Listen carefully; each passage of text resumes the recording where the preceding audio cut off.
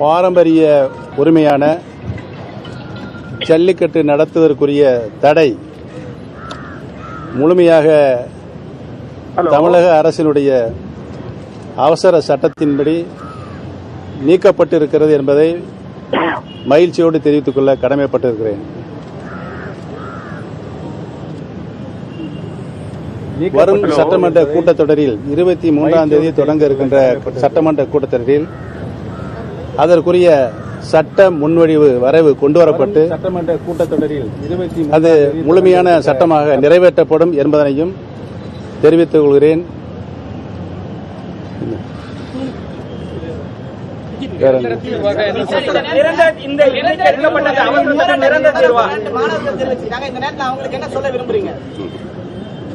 இந்த அவசர சட்டமானது 6 மாத காலத்திற்கு உறுதியாக நடைமுறையில் இருக்கும். அதற்குள் சட்ட முன்வடிவு வரைவு கொண்டுவரப்பட்டு சட்டமன்றத்தில் கொண்டுவரப்பட்டு நிறைவேற்றப்பட வேண்டும். நாம் காலதாமதம் இல்லாமல் வரும் சட்டமன்ற கூட்டத்திலேயே இதற்குரிய வரப்பட்டு சட்டமன்றத்தில் கொண்டுவரப்பட்டு நிறைவேற்றப்பட வேண்டும். நாம் காலதாமதம் இல்லாமல் வரும் சட்டமன்ற கூட்டத்திலேயே இதற்குரிய சட்ட முன்வடிவு வரைவு கொண்டுவரப்பட்டு உரிய சட்டம் உருவாக்கப்படும் என்பதை தெரிவித்துக் கொள்கிறேன். நாளைய தினமே ஜல்லிக்கட்டு நடத்துவதற்கு சாத்தியம் இல்லை. அதனால போராட்டத்தில் ஈடுபட்ட மாணவர்கள் எல்லாருமே வந்த அப்புறம் தான் அரசின் சார்பாக நின்று கொண்டு பேசிக் கொண்டிருக்கிறேன். அப்புறம் சொல்லுங்க. மாநில அரசாலே ஒரு சட்டத்தை ஏற்றுப்படும்போது இதுக்கு முன்னாடி அந்த நடவடிக்கை எடுத்துக்கலாம் அப்படின்னு ஒரு விமர்சனம் வருகிறது. அதற்குரிய நேரம் இப்பொழுதுதான் வந்திருக்கிறது. அதை நாம் விரைவாக முழுமையாக செய்து காட்டியிருக்கிறோம். நிரந்தர தீர்வு ஏற்படும் வரை இதுதான் நிரந்தர தீர்வு.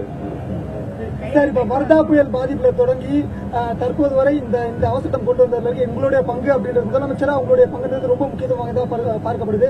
இருந்த போதிலும் சமூக வலைதளங்களை தொடர்ந்து மாண்புமிகு இதை பத்தி உங்களோட கருத்து என்ன சார்? அவங்க என்ன சொல்ல முன்னாள் முதலமைச்சர் இதயதேவம் புரட்சி தலைவி அம்மா அவர்கள் தமிழ்நாட்டின் மீதும் தமிழக மக்கள் மீதும் தமிழக மக்களுடைய முன்னேற்றத்தின் மீதும் மிகுந்த அக்கறை கொண்டுதான் ஆட்சி கட்டளையில் நல்லாட்சி நடத்தி வந்தார்கள். அந்த அடிப்படையில் தமிழகத்தினுடைய உரிமை, அந்த உரிமைக்கு எப்போதெல்லாம் பங்கம் ஏற்படுகின்ற பொழுது அதை தடுத்து நிறுத்தி அந்த உரிமையை பெற்றுத் தருகின்ற முதலமைச்சராகத்தான் மாண்புமிகு இதயதேவம் புரட்சித் தலைவர் அம்மா அவர்கள் இருந்தார்கள். மாண்புமிகு அம்மா அவர்களை பின்பற்றி இன்றைக்கு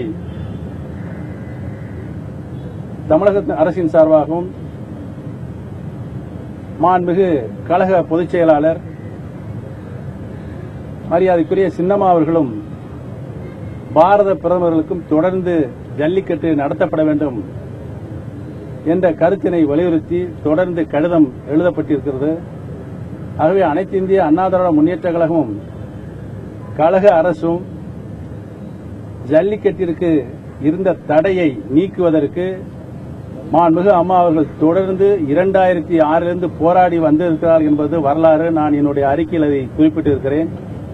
யாரும் அச்சப்படவோ சந்தேகப்படவோ இதற்கு இடமில்லை. உரிய சட்ட முன்வடிவு வரைவு 23ஆம் தேதி தொடங்க இருக்கின்ற இந்த சட்டமன்ற கூட்டத்தொடரிலே நிறைவேற்றப்படும்.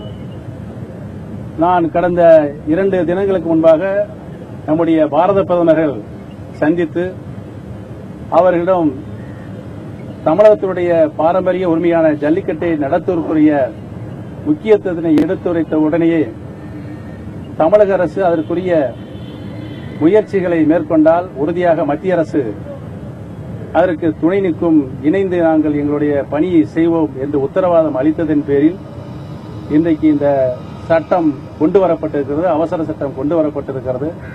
ஆகவே நம்முடைய இந்திய பிரதமர் மாண்புமிகு நரேந்திர மோடி அவர்களுக்கு நன்றி சொல்ல கடமைப்பட்டிருக்கிறோம். சார், மாணவர்களுக்கு என்ன சொல்ல விரும்புறீங்க? ஏற்கனவே என்னுடைய அறிக்கையில் சொல்லியிருக்கின்றேன். அறவழியில் போராட்டம்